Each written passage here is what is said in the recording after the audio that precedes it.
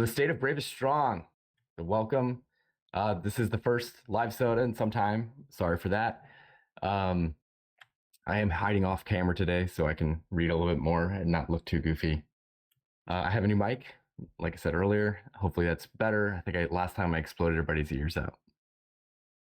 So just today is April 27th. So in 2 days, I want to remind everybody it is John Bellicose Day. So that if you don't know, that's a 24-hour cyno vigil that we do yearly to remind us of those who have lost to suicide and those who are struggling with depression. So it's a really good event and the community comes together. Please show up. We're still working on getting liquid ozone and cynos sorted for the day. Someone just donated a ton of ventures and industry cynos to me. So thank you. Watch your pings for more details. And in addition, for broadcasting reps for mental health, like we say, I do want to remind everybody to just look after your physical health. My family, I've had some family members going through health issues recently. It's scary. So before we talk more about this crazy hobby, just do make sure you look after yourself and stay in touch with your loved ones. I bought a Fitbit. I'm walking more, all those things. So maybe I'll join the fitness channel and we can compare. All right. So what are we here for today?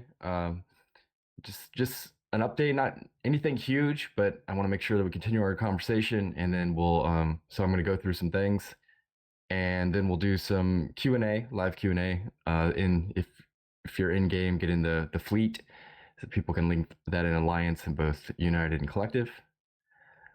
So first, let's talk about the summer changes. I'm sure many of you have started seeing the videos and other things. Now we have a name. It's called Equinox. And we've seen some things like the sky hooks and the passive moon drills. So definitely join the Slack channel Equinox News and Rumors. If someone can link that in lobby for me, that help. And just help us keep up with the latest lore and patch news. A lot of times they're dropping hints the whole time. We'll get some dev blogs, and we've seen things on the forums or CSM members saying things. So we just want to make sure that we're using all of Brave who's paying attention to come in there, and we want to hear ideas of how we're going to interact with all this new content. So the most important thing though is to be flexible. So we don't know exactly what these changes are going to do. Some of them, we'll get hints through the month, and some of those will look scary. Some of them will look exciting, and we'll do everything we can to plan in advance. And then if we'll carry out our plan, and if that doesn't work, then we'll try something else. So just be flexible. I will talk about a few things we do know. If you haven't seen, there's the sky hooks. These are like a new POCO-like thing for planets in nullsec. So we're going to have these new resources, power, workforce, and regions. And I think we've seen some good guesses on what they might be for. Maybe they're for powering antiplexes or doing something to our industry regions. I haven't seen any good speculation, so we'll see what's to come. But the one thing is, we do suspect that these will require more space workers to run our space. These might have maintenance, or at least an initial surge for us to get all of these in place. So what we're going to do is we're going to use POS Boys. That's our industry, our infrastructure corporation. And we're going to reagents. Thank you for the correction.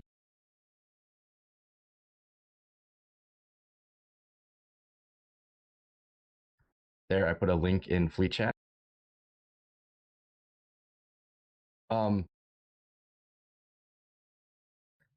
So we want some people who are willing. Usually we want people who have been brave for a year, that have a character that can fly industry ships and can help out. We're just going to do a queue right now, and then as we find out more information, then we'll recruit off that queue. And maybe someday they'll retire POSes, and then we'll rename it from POS Boys. We can rename it like Brave Skyhookers or something. Maybe not that, but don't steal that name. Um, So one other thing with the Skyhooks is that it looks like there's be pirate blockades if you haven't seen that sort of NPCs that'll disrupt it. So I have a feeling there'll be something that we'll have to like keep active in our space to make sure that our resources don't get disrupted. Whether that needs to be like a SIG that chases pings, or if it's just something that ratters will need to look out for while they're in space, we'll figure it out. Next part is passive moons. Some people are really excited about this. There used to be a lot of fights over posses and just smaller fights at the borders for people to try to get that passive income. So that probably will have an effect on how we handle moons. So like right now we have public moons and private moons and taxes for each of those. All of that is we're gonna figure out if that still works in the new order or if we need to change something. So again, be flexible. I really do want to prioritize, our active miners, but where it makes sense, if we need to use passive moons, we're going to take advantage of those mechanics as well. Um, Finally, there's some corp tools and long needed corp administration tools that I was hoping to see. I'm both the corp administration tools are so bad that I'm hopeful that they can do better, but on CSM, I didn't have any better ideas for them. So hopefully there's some really great UX designers that fix something, but we'll see. They do have a new project for salvage projects. So I think that's Brave's favorite activity. So I'm happy to see that. Finally, the one we know probably the least about is the SOV hubs. That'll be a change to our iHubs and how our space is upgraded. So we will have to, but we don't really know much more about that. They talked about new pirate detection arrays, and we'll have to figure out how that changes. And we'll be working with the alliance and the coalition. So the major message is that I think the summer changes can be exciting, and it looks like it's first step to even bigger changes to nullsec probably in the next patch. And your myself, leadership, and I hope all of you will help us navigate this and find the fun of it. So war. So we're still seeing a lot of fights in Chinese time zone where Panda Fam has numbers superiority, and we'll continue to take those fights if we think there's an opportunity. Uh, there will be uphill battles. We won't win every battle. I really appreciate the numbers we put on field. Shines an initiative tried the yesterday.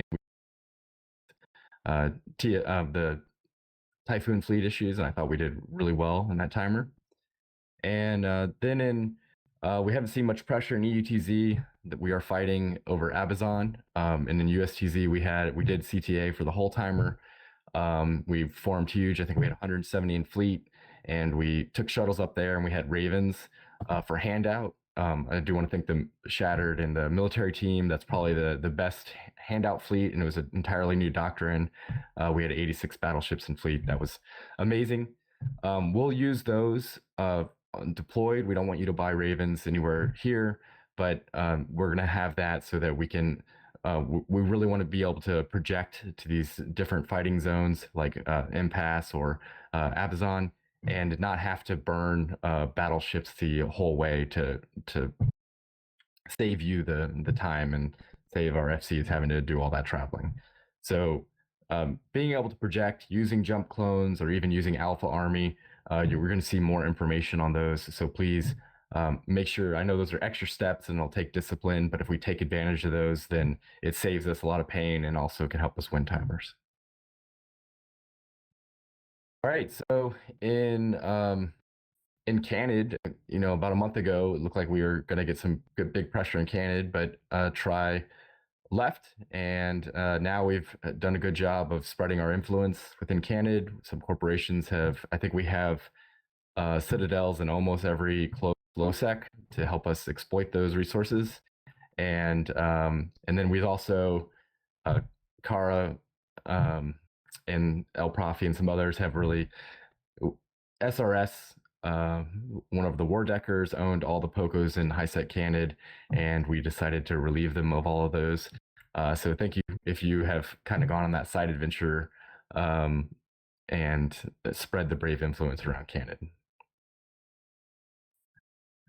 Back to some military news. We still have good uptake of the Typhoon fleet issues. I think we're pretty happy with how those have performed.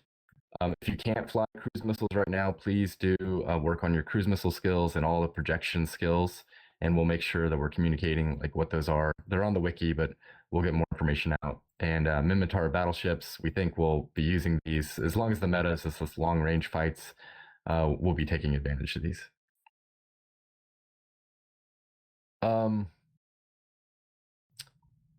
for all the updates that I've had recently, I have been plugging Alliance jobs. So we are trying to use this open positions job board more often.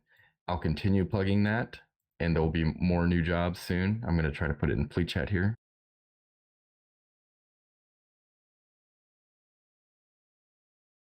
Yeah, Archangel, don't forget E-War. Yes. So even though, to really punch up, we need to be flying these faction battleships and doing things like getting our amulet, mid-grade amulets. But we still want everyone in fleet who can fly anything that's including electronic warfare, logi, and tackle. We need everyone to support these to have success. And electronic warfare is particularly good in these long range fights. They can act as screening for our fleet to keep people off.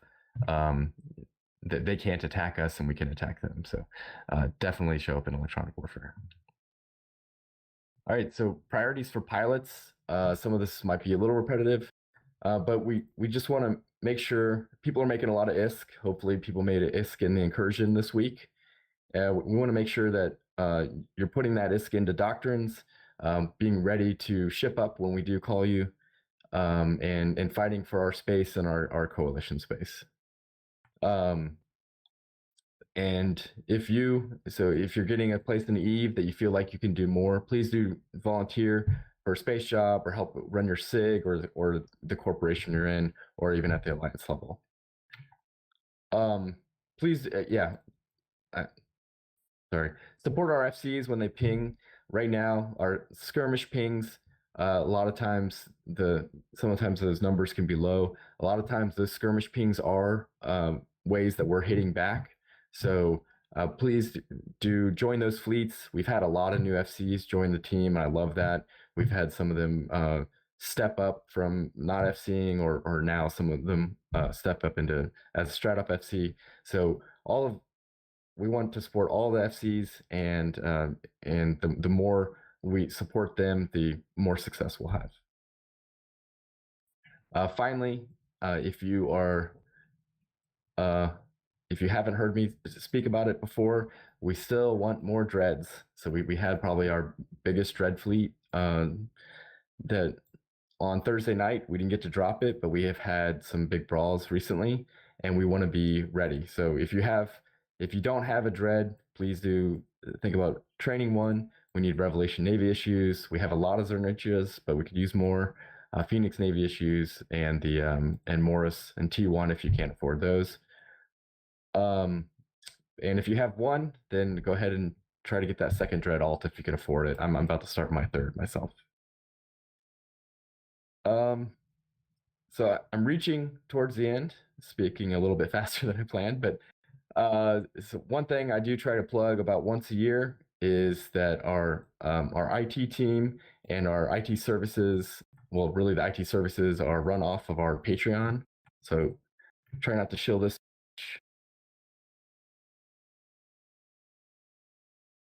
There's the link. So our Patreon is fully funded. Servers aren't going to turn off or anything. Costs have gone up just like everything in the world. But anything over our IT base costs does get put back into Brave, and you see that with funds that we have. So supporting the Patreon is a great way to support Brave too, just if you have a few bucks. And then there's some rewards if you give higher amounts. So try not to shill too often, but try to do it once a year. So thank you if you give. Finally, May 6th is Brave Collective's 11th birthday. So we'll be planning some fun events over the next month. I'm looking for some tournaments and some corporations to to do some things. If you have ideas of silly things to do for Brave's birthday, I'd love to see it. And we got some submissions for new swag based on the birthday, so we'll have like some sticker things that you can get on the merch store if you want. Which had me remind me that we're going to get new skins, so hopefully we'll get some custom Brave skin at some point too. Really, that's all I have. Let me look one more time. So some of this is a little bit repetitive, but I want to just make sure that we are still getting together. I'm talking to you. I still owe some silly videos at some point here. And now we'll take some questions. Well, actually, Shatter, do you want to add anything before we go to questions? Yeah, I do actually. You did cover on a couple of the points I was going to talk about, but I'll reiterate them. So from the military side of things, Brave's been doing very good the last few months. We've done really good at getting people's wallets up and getting new doctrines. We've rolled out several new doctrines this year, and the uptake has been very quick, which is good to see, between typhoons and cyclone fleet issues and the little Raven surprise we had the other day. So really the only big point I had was the military team is always recruiting. We're always looking for more people, not just fleet commanders, but we have a recon team. We have a lot of staff positions that need to be filled up for things like running logistics, helping out with scouting, helping out with just the day-to-day running of the military organization and the FC team. So if that's something that you're interested in, just feel free to drop me a message. Right now, as always, we have incentives through the dojo to pay for people that want to run their first fleets. You can make up to a combined 600 million ISK running 3 fleets for the Alliance. This also applies to SIG fleets like Black Ops. So if that's something that you might be interested in, feel free and just make sure that the dojo finds out about it and you will get money for running those fleets. And if you're interested in continuing to run fleets, then by all means, please apply to one of the FC SIGs. While we're on that point, the one thing I wanted to bring up is we have just finished the merger. Some of you that might have been looking at the Standing FC route, we're actually in the process of merging Standing and Skirmish FC. So if you wanted to apply to the FC team, just go right for Skirmish FC because the Standing FC title is going away fairly soon. On the doctrine front, obviously, big training priority right now is getting people into Typhoon fleet issues. Ravens are a bit of a side train. The Ravens cache that we have sitting in Amazon right now, that's very easy to get into if you're already training Typhoon fleet issues because the only thing you need is basically Caldari battleship and basic shield supports, which you should already have from running any of our skirmish doctrines. So I sent out a ping a while back in the announcement channel, which I'll relink here, that had some training priorities for people to get their support skills up. Support skills are really important we get to these heavier doctrines, especially with the cruise missiles, because they're so skill intensive, and you kind of feel it in the field if you don't have all the support skills trained. So please give that a reread, and if you're in the process of getting into one of those 2 doctrines, make sure you are working on these support skills as well. With that, now that we have a doctrine ready to go for handouts in Amazon, I would like you guys to purchase or make a jump clone available and have it stationed in the Amazon fort. That's what we will use when we're doing those kinds of fights, just to save on travel time and get people down there. Again, we have a lot of all the handouts already sorted, so you don't really need to worry about burning ships down, aside from maybe a few scepters. So you can just grab a scepter, come down, join the party, and we can keep having those fun fights in the north. Speaking of fun fights in the north, we are starting to become a little more active with Alpha Army again. For any of you that don't know Alpha Army, it is a SIG/system by which you use a referral link to create a new account. And when you use that referral link, you roll a new character and you get free million SP. And then we have a skill plan up on the wiki that you can just inject basically almost instantly. And within half an hour, you're basically flying a brand new Ferox or Osprey or Fast Tackle or Cormorant. And what this does is it gives us the ability to have a very cheap doctrine that everyone can run an alt on, and we can just ping a fleet out of some remote location, and it doesn't tie up any of your tunes down in Quirius or any jump clones or really a lot of ISK because they're just meta fit Feroxes. So that's something that we're starting to do again. So go look at the Alpha Army in-game channel, which I will link in lobby.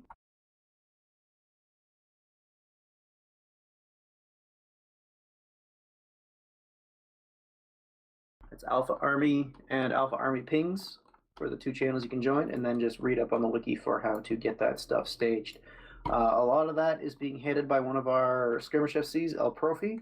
So if you have any more questions about where to stage, what to do, sorry, Strat FCs, El Profi. If you would like to have get any more details about that, feel free to poke him.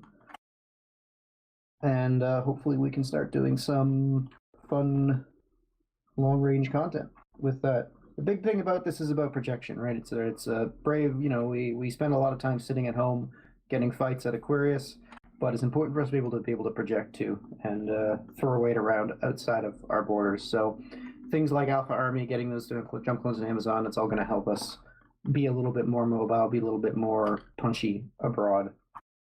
Other side hustles I want to talk about. Blops is recruiting. Always need more Blops FCs, Blops members. Very high level SP if you like to get into very specialized gameplay and Black Ops something that interests you. Feel free to check out that SIG. And the last point I wanted to bring up was about dreadnoughts and generally cap alts. So in Imperium, they have this system, they like to call it pressing F2. They've had it for a while. Basically, it talks about getting your alts into PvP.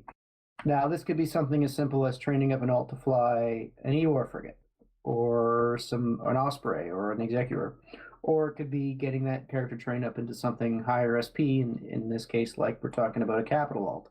Typically, the priority for most people training a cap alt for the first time is a dread alt, because the more dread alts we have, the more options we have. And as Jinx iterated, we're still prioritizing getting as many people into dread alts as we can.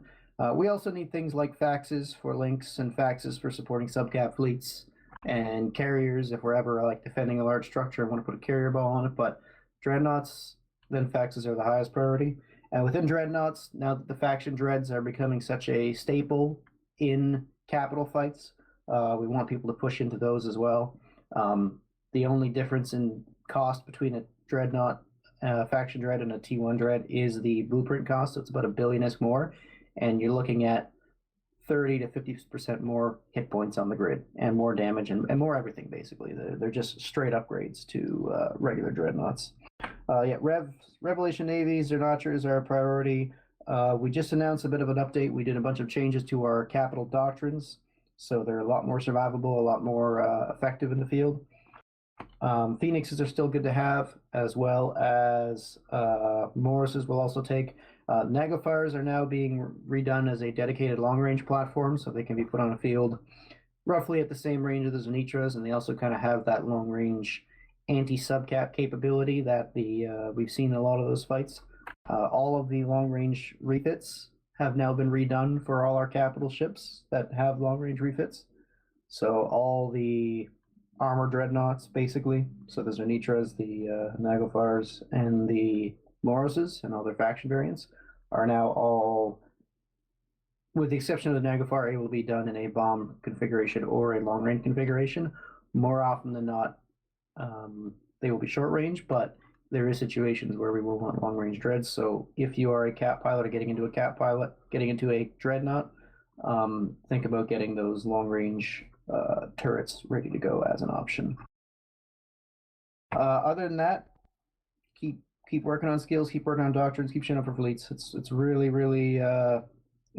important that we be showing up good for these coalition fights, supporting our allies with the timers they're defending or attacking, and especially for the FCs, it's really good for us to have big fleet turnouts, especially when we have a new FC who hasn't done any fleets before.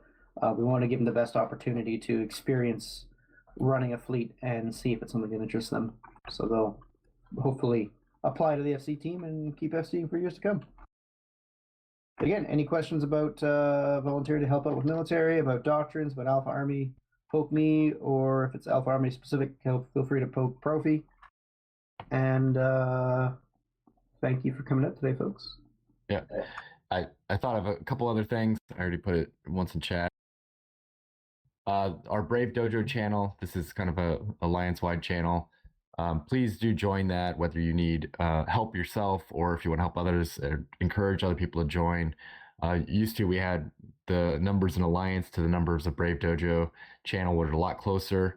I think a lot of those questions do get answered in Slack, but I like having kind of an all of the above approach of bringing people on board. So if we need to find them in game, then we have the Brave Dojo channel in game. We've got the Dojo channel out of game, and then we try to help people when they ask for questions in fleet or in standing.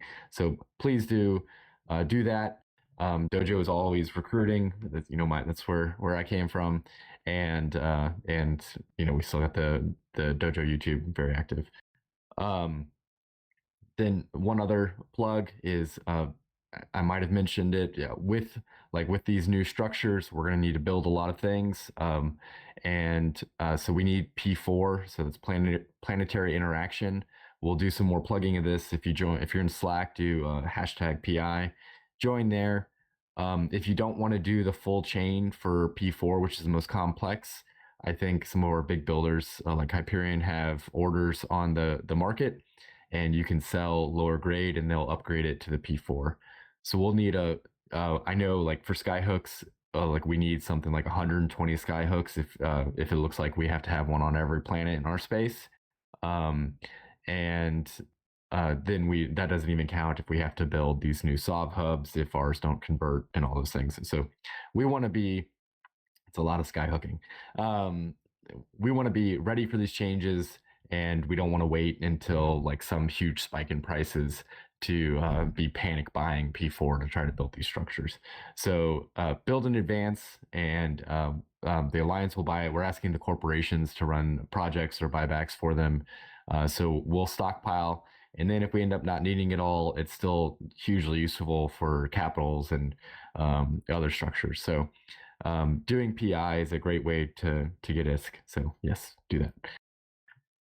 Um, I think that's all I have. So I will say, stay classy, have fun, be brave, and then if you want to drop questions in Fleet Chat, I'll try to answer them as I can.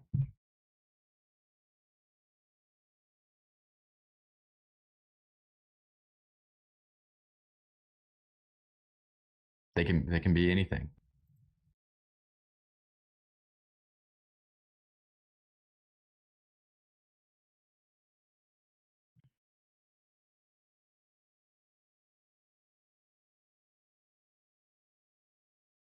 Nader is apparently heading up our planetary industry management program to oversee the space hoppers.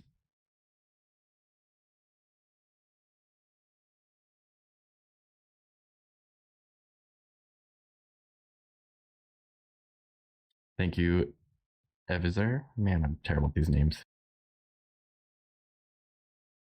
Aaron was asking why Abazon is so important.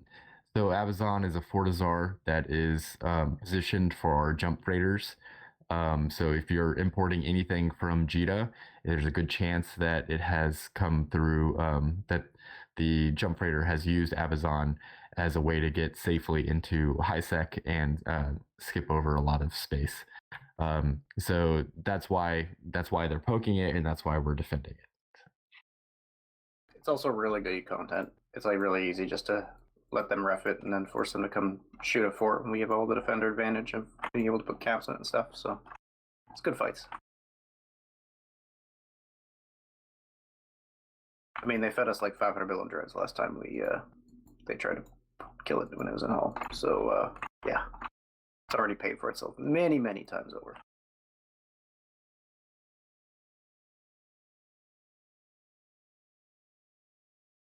All right, there's gonna be some question. Any more questions? Everyone has to actually at least one question. So impasse. There's some people are trying to rent out impasse. The Panda fam's trying to rent out impasse, so we are planning to discourage them of that notion. What's my favorite beer? I like something real smooth, so either like a real light lager or even Guinness, anything like that. Nothing too hoppy for me. You can bring your jig.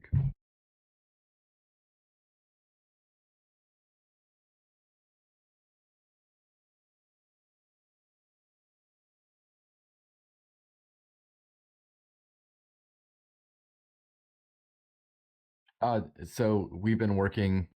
So there's different versions of the Blops response fleet. Um, if you want to join YOLO Blops, that's probably the best entryway um, for that right now. So we've had discussions here.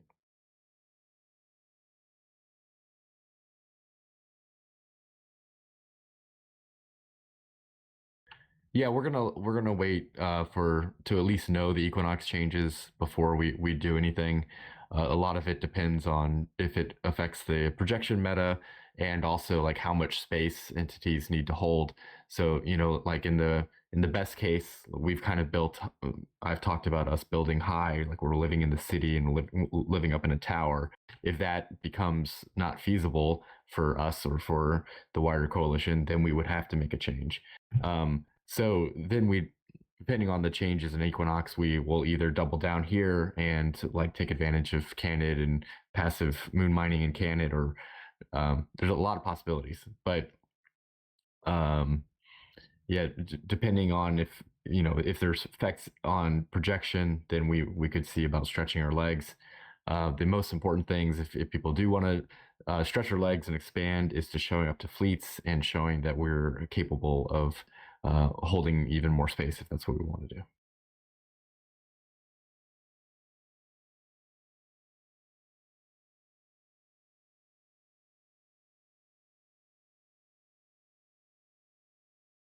I would say any of the top three dreads. So, well, top four is Nitra, Rev, Moros, or Phoenix. Sorry, Naglfar pilots. We still have a place for you. That's why we put out the long range refits, but we don't really want to encourage people to train in Naglfars right now. They're arguably the worst dread in the current meta in a brawl config, which is why we don't have a brawl fit for our nags anymore. Yeah. If you are planning to get into a super, if you're training a super, obviously you need a fax alt for that, so that would change your training priority. But for the most people just working on their first cap alt, I would highly encourage a dreadnought. Now that said, if you do train into a fax alt, you also have a carrier alt, which you can use to make money in Beehive, which is another thing I should have talked about. Beehive as a way for people to use capitals to make money, and Locust fleets for Oracle pilots, same thing. All the information for that is on the Goon Swarm forums, and someone can link that, or I'll find it in a second here.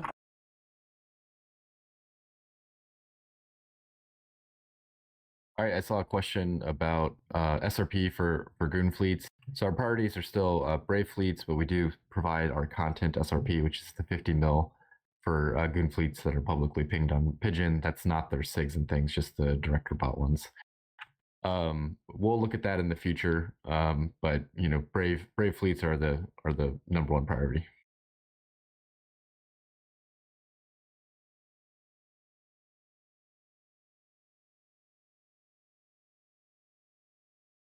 May, for super cap training, if you have all the skills, you can apply straight to supers. If you don't have all the skills, then do the super cap training.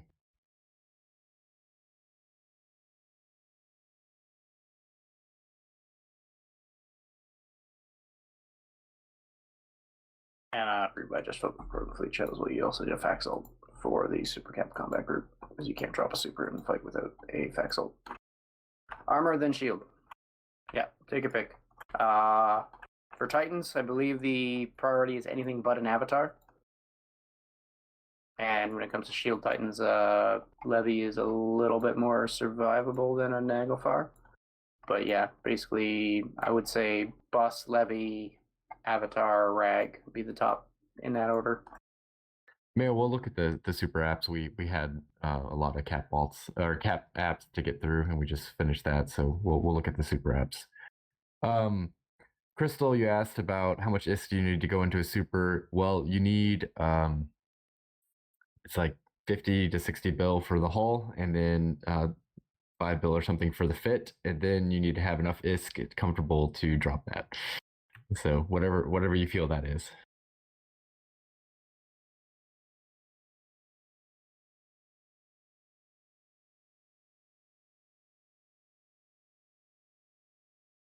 All right, so I have some time. We can do something. Do we want to? Um, do we want me to buy a Skybreaker? Not Skybreaker. What's the thing? Stormbringer. Should we go Stormbringer ratting in K7D? That was asked for about a month ago. If you want to do that, X up and Sorry, I had my training priority backwards. Shield is actually preferred over Titans. Or Shield is preferred armor for supers. And again, there's a general coalition-wide priority for anything but an avatar.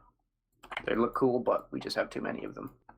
And you can't have too many of the same super in a fleet, or you run into damage tanking issues.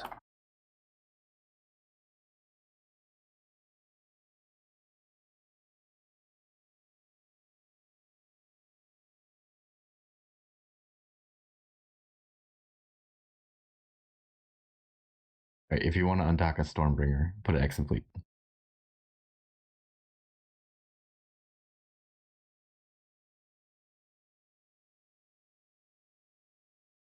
Oh, come on. I know like over half of you have it trained up for ratting. Oh, hell yeah, they do. Oh, shoot. That was another good point. I wanted to talk about this, but I don't actually have a plan for this yet. I kind of talked about this in the higher levels today. We haven't really come up with a plan yet, but the idea is that we want to have people kind of getting away from Ishtars as far as money making goes. Because Ishtars are fine for like small scale, but getting into like more serious money making, the best way to get into it is get into something like a Stormbringer or a Marauder or a Rorqual or Carrier for Crab Beacons, and then kind of go up from there, right? Again, Ishtars are fine as like my first Tech 2 ratting ship, but there's better money making opportunities out there if you're willing to scale up and invest more risk. So something to think about with that. Ask around, I'm sure we have some kind of PvE channel on Slack where we can learn about this, how to make more money than just spinning an Ishtar in a Haven. Because it's definitely, in current meta, in current year, it's CCP's added so many ways to make money in the game, especially through Null and through heavier options, things like Crab Beak and stuff, that Ishtars are not, they're kind of bottom of the barrel, I'm not going to lie. We've got Stormbringers, we've got Rorquals for Crab Beacons, we've got Dreads and Carriers, we've got Marauders, all these things that are just a lot better in the subcap and capital wave for nullsec PvE than just spinning another Ishtar. Parchment too. Yeah, Parchment's a huge way to make money. We almost should have talked about that when we were talking about SIGs earlier, but Parchment SIG, just absolutely Princess. So, things to think about. Jinx, if you really want to, you can come over to A2 with me.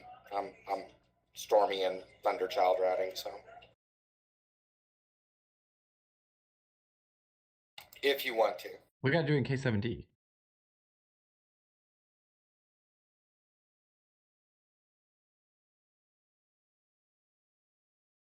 All right, I'm gonna dock my first Stormbringer. We'll see how it goes. Yeah, thank you everybody. I'm way too active in Slack, so you can always hit me up there. Please do join the Equinox channel, and looking forward to seeing this new patch with everybody. Can I just ask something? Sorry. Sure, go for it. I'm very keen on the Poshfin, but I'm EU time zone, and most of those fleets are US time zone, so we never get to go on those. So for that, what that requires EU TZ Pochevin FCs, and if there's enough EU TZ pilots interested, basically it relies on someone stepping up to the plate and learning from our USTZ Blops FCs how to run Pochevin fleets. They're not difficult. It's very straightforward routing. It's not any harder than an incursion.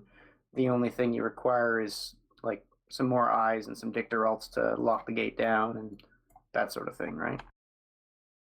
That's a very good question. Join Triangle Dreams on Slack. I will link that in lobby. As soon as I can find lobby.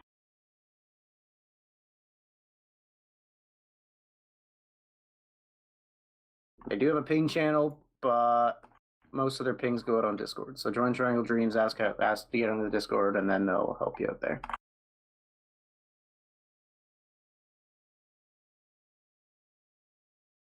Thank you. That was hence my question. I am on those channels, and I have asked before, but with not much response for Europe time zone, because Octets and those guys are American, so you can't expect them to set their alarms like they can't expect me to set my alarms. So we kind of need FCs. But now that we mentioned it, I hope a couple of guys step up to the plate. It will be awesome. Exactly.